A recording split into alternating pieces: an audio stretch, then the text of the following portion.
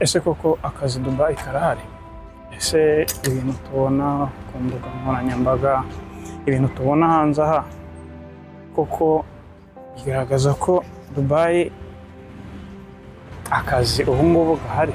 Uyu munsi ngiye kubwira abantu bari hano muri Dubai, abantu bari muri diaspora, hari ahantu ngiye kubarangira. Wowe ushaka ibikoresho byo mu rugo, wowe witegura kurushinga, wowe ushaka guha impano mu rugo cyangwa se inshuti cyangwa se ababyeyi, nabazaniye ahantu ushobora gukura matera nziza, ibitanda byiza, intebe nziza. Aho ngaho ni muri Siri Solutions. So guys, reba ino video and then uvugisha abo bantu kuri izo nimero ziri kuri screen, ugende wigerereyo 100%. Murabizi ko tutabagezaho ibintu tutizeye.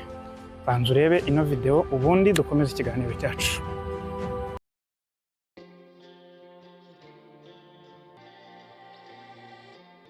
Esther, nirukanura mu abantu.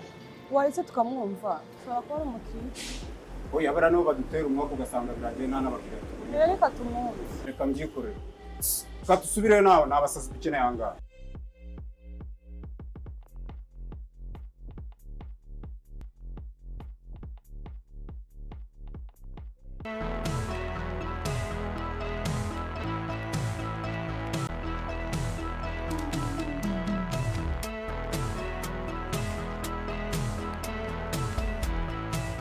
Murakaza neza muri Solutions.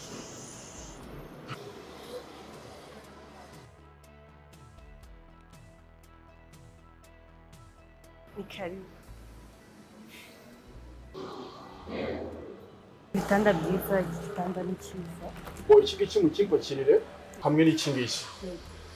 Ufite n'intebe? Yego, turazifite. Gene mu nyereke. Hanyuma bashaka zino ntebe? Yego. Hamwe n'iriya garderobe. Ndetse n'iyi TV stand? Yego, TV stand ho biratandukanye. Tuzana abatekinisiye bacu bakaza bakayikubakira mu rugo iwawe. Numva mufite serivisi. Yego rwose. Mwazi ngo biragenda bite? Ni free delivery rwose. Muri Siri Solution ni free delivery. Dore mushi.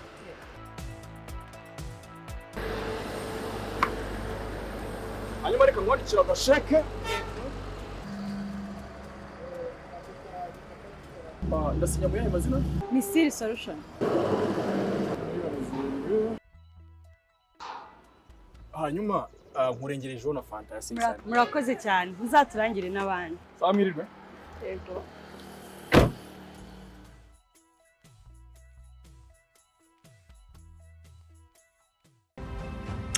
Mwongeye kwirirwa, ngiye basuzana Blessed. Ahangaha ni kuri Dore show.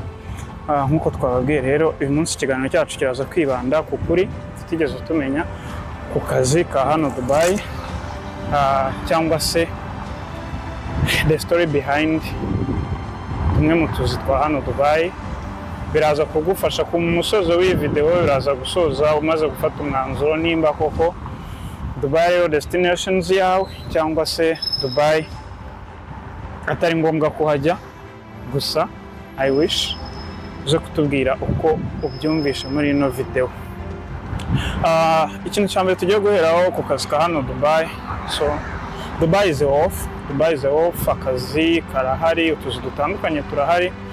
Gusa icyo nababwira cyo bitewe na situation namwe muzi, ubu ngubu Dubai most they are hiring the internal. Bari guhiringa abantu bari hano imbere mu gihugu on visit visa se cyangwa se tourist visa, cyangwa bamwe bari bafite akazi kagahagarara kubw'impamvu zabo cyangwa se izindi mpamvu bakaba bari kukitwa cancellation visa. Iyo cancellation visa nayo tuzayiganira mu biganiro byacu by'ubutaha. Aho ni igihe muri make ni igihe uba wasoje akazi cyangwa se warisigninze, uba ufite iminsi 30 yo kuba washaka akazi, cyangwa se iminsi 30 yo kuba uri muri Dubai. Ushobora kuba urimo nko kwenjoyinga, bitarenze iminsi 30 ukaba wakitahira. So abantu nk'abo ngabo rero Dubai hano irimo irahayarenga. Ese koko Dubai ihemba amafaranga menshi? Ese koko Dubai akazi kaho nta kibazo cyabo? cyane cyane ku banyafurika twikuyemo iyo myumvire yo kumva ngo ni mu bihugu by'abarabu cyangwa se ibi n'ibi hari ibintu biba bitari ngombwa ko bivuga hano, nyine abantu bagenda batubwira cyangwa se abantu bagenda bavuga ku mbuga nkoranyambaga. Bityo rero ndagira ngo mbaho ukuri kwabyo. Hano muri Dubai wabonye akazi, icyiza cya contract y'aha ngaha muri Dubai, akazi kawe ni amasaha 8 n'indi yo kuruhuka akaba ari amasaha 9. Iyo hajeho amasaha y'inyongera urayahemberwa nk'uko itegeko ry'umurimo hano muri Leta Zunze Ubumwe z'Abarabu bimeze. Ikindi muri Dubai ntabwo uzavuga ngo ndi ibyo gusiba akazi, turaziranye bya bindi by'iwacu cyo kuvuga uyu munsi ntabwo ndi bujye mu kazi, next week nabwo ntabwo nzajya mu kazi. Cyane cyane iyo muri probation y'amezi 6 uba ugomba kwitwararika keretse ubwo impamvu zitaguturutseho, impamvu z'uburwayi, impamvu runaka, ariko uba ugomba kugaragaza proof. Nimba ari uburwayi uzana sick leave cyangwa se ikindi cyose ukaba ufite permission yacyo. Mu gihe utangiye akazi hano muri Dubai ugomba kwirinda muri iki gihe cy'amezi 6 kuko nibwo baba bagukontorora, nicyo nyine ya probation period nicyo ibimaze. Noneho muri icyo gihe cy'amezi 6 nawe umaze kumenya no kureba umurongo ngenderwaho. Ikindi nababwira, akazi ka Dubai mostly iyo ndimo ndavuga utuzi tuno twita blue collar job, tuno tuzi ushobora kuba ufite high school certificate ukaba waza kugakora, so aho ngaho, cyangwa se tuno tuzi tudasaba experience ihambaye, nitwo turaza kurebaho uyu munsi. Ukuvuga ngo akazi kahangaha brother sisters, ntuzabona umuntu aza kuri IG, aza kuri TikTok, sometimes nyine hari ibyo atakwereka biri behind. Hari ubwo nyine aba ariwe mu mvune z'iki z'akazi, stress z'iki z'aba bosses, z'aba supervisors, ariko at the end akavuga ati reka njye kuruhuka. Mu gihe afite nka day off akaba yafata umwanya akajya kuri beach, afata umwanya akajya za Burj Khalifa kugira ngo abashe kuruhukamo. Noneho agategura nyine ya miteguro we wayibwa ugahita uvuga ati ejo nanjye ndajya Dubai, and you think ko agenda hariya nko kuri ibi biti biri hano agahita asoromaho amafaranga. Ntabwo ariko ibintu biba bimeze, biba bisaba kuza wateguye no guhangana n'izo challenges. So guys, ibyo ni bimwe mu bintu ugomba kuza witeguye. Guys, hano ubushyuhe bumeze nabi, turi muri 38 degree Celsius. Niyo mpamvu mubona umuntu aba yatutubikanye, abavuye home yiteye ituze, ariko ukigera hanze umeze nk'umuntu ugiye Gihenomu. Ikindi nababwira rero, nk'uko namaze kubabwira, nta bintu by'imiteto hano, ifaranga uribona warikoreye. Bisaba kumenya icyakuzanye. Ikindi nk'uko mbibabwira guys, irinde umuntu uzakubwira ngo agiye kukurangira akazi then umwishyure. Icyo nakubwira cyo, uzabanza making sure ko uwo muntu ugiye guha amafaranga n'akazi agiye kuguha. Ikindi ntazakwizeze ngo agiye kuguha akazi akanaka utabanje kumenya ngo iyo company ni iyihe, akazi ugiye kuguha ni akahe, kuko most of you mugwa muri trap z'abo bantu, yaba abanyarwanda yaba abarundi, ukisanga mu kazi gatandukanye 200% n'akazi yigeze kukwizeza cyangwa se akazi yakwizezaga ujya kuza. Sometimes even na salary ugasanga irutwa naho wari kwigumira mu Rwanda aho kugira ngo uze kwicuza. Ibyo ndagusaba gukora research y'iyo company ari kukubwira, ndetse ugakora research ya offer letter mbere yo kwisinya. Ikindi wirinde gutanga amafaranga yawe guys, wirinde gutanga amafaranga yawe. Abantu bagwa mu mitego nk'iyo ngiyo, bene wacu b'Abanyarwanda. I will not mention, ntabwo ndi bumentioning amazina yabo, gusa Abanyarwanda, Abarundi, Abanyakenya, Abagande, mu bantu bose habamo abantu bose. Harimo bamwe nyine muri bagenzi bacu batari beza bakora ibintu nk'ibyo ngibyo, which is not good. Uyu munsi uramusikama, uzi ko nawe hano Dubai waje gushakisha, ejo bishobora kuza bigakunda cyangwa se bikanga. Ariko se can you imagine uwo muvumo? Hari abantu nyine muba muvuga ati umuvumo ntacyo wabatwara, gusa guys guhemuka nta nyungu zabyo. Bwiza umuntu kuri n'akazi gahari, aza abizi ko akazi ari akaje gukora, ureke kumuha expectation ajya gufata ibintu ajya kujya mu madeni azanamugora kuyishyura. Sometimes azasange condition agiyemo ntabwo ihuye na condition de vie yiwe, usange nayo amezi 6 ntayarangije, usange umusubije mu Rwanda cyangwa se mu Burundi cyangwa Kenya, umusubijeyo nta kintu ajyanye na ya madeni n'iki. So it's better gusobanurira umuntu, ndetse n'imbara n'utuzi turahari yego, ariko make sure yuko umusobanurire neza mbere y'uko aza.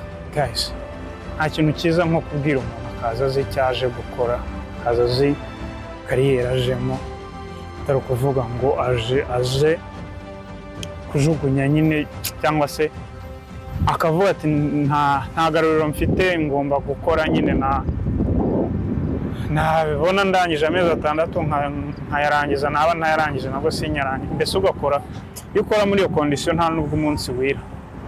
Ndababwiza ukuri yuko ngenda nganira na bamwe bagiye bahura n'izo situation. So guys, simwe gusa muri aho ngaho mu Rwanda cyangwa mu Burundi, naho ngaho barabasukama kandi bari kugera mu gihugu. So inzira nziza rero ni ukumakinga sure ushobora kuapurayinga online waba uri mu Rwanda cyangwa uri inaha, cyangwa se gushaka amakuru neza y'ako kazi abo bantu bakubwira. Ikindi, don't pay commission, ntugapayinge commission utarasinya ofarite. I'm not saying that don't pay commission, kuko biragoye ahantu hose ko wabona akazi utishyuye. Hari nubwo tuboneka nyine abantu batishyuye aba agenti, ariko ikindi nakubwira hano Dubai rero, akazi umaze kuza Dubai uje mu kazi, network ya mbere se cyangwa sosiyete uzajyamo bwa mbere nitagukiza izakwica, nitaba icyambu cy'ubukire bwawe izaba icyambu njyabukene cyawe. Bityo rero ugomba gucuzinga which is better for you, which is good for you. Bityo bikaba byagufasha mu nzira zawe.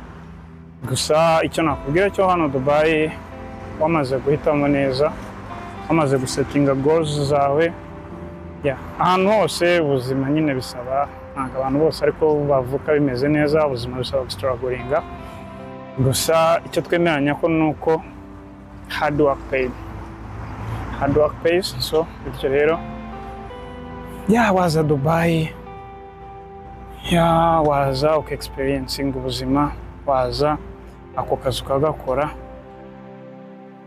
waza byose ukareba ukavuga uti I choose this and for that and this is better for me. Kandi ndagushishikariza ko wabipuraninga neza. Buri muntu wese hano rwose akazi kaboneka, buri muntu hano rwose ubuzima burahinduka. It's not only about job. You can come and start your own business, you can come for travel. Byose nyine biterwa nawe n'icyo ushaka kuza gukora Dubai. Gusa nyine angamba nibwira aba budget abandi bagenzi banjye, umuntu ashima aho yishikira, mbangira inama bagenzi bacu. Ndabizi ntabwo bamwe mu byumva, abandi baraza kundakara kuko wenda ndimo ndavugisha ukuri ko ibintu biri hanze aha. Gusa icyo nakubwira cyo, nimba bitegura kuza hano Dubai, funga umukanda ukaze kimono. Dubai is expensive. Nuza Dubai uzaza ukizi ko Dubai is expensive, ariko buri muntu wese according to his or her stage ashobora kuba muri Dubai. Ubwo nimba ushaka kuza ukigira muri 5 star, ukigira muri 3 star hotels, you can according to your plan and your budget or your lifestyle. Nawe niba uri kuri budget, ndagushishikariza kureba zimwe muri video zacu ziri hano z'uburyo cyangwa se how much you need to come in Dubai on budget. Ubundi turakomeza kubashimira kudukurikira, inshuti z'akadashoboka za Deton Show, yaba muri ibiganiro bijyanye n'ubuzima bwa Dubai na broad life muri rusange, cyangwa se amakuru y'imyidagaduro bagenzi bacu bagezaho umunsi ku munsi. Thank you for supporting. 3,000 birenga muri abantu muri ab'agaciro kuri twebwe. Reka twuzuze 5,000 mu gihe runaka, kuko nawe ubonye ino video ukoze subscribe, ugakora like, ugakora na share mostly. Turashimira abantu bari i Burundi, abashinga nayo bari i Burundi, abantu bari Kenya, abantu bari US, abantu bari Canada, n'abari muri Belgium. Muri inshuti z'akadasohoka rwose, mukomeze kutwereka ko mudukunze, natwe turakomeza kubahereza ibintu byacu.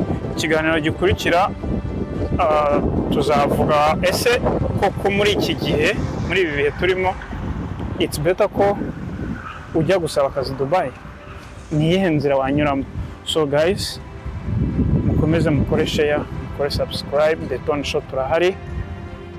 Ibiganiro umunsi ku munsi turakomeza kugenda tubibaha. Turabashimiye cyane guys, thank you so much for your support. Njyewe narituse, iyi ngiyi ni The Tone Show.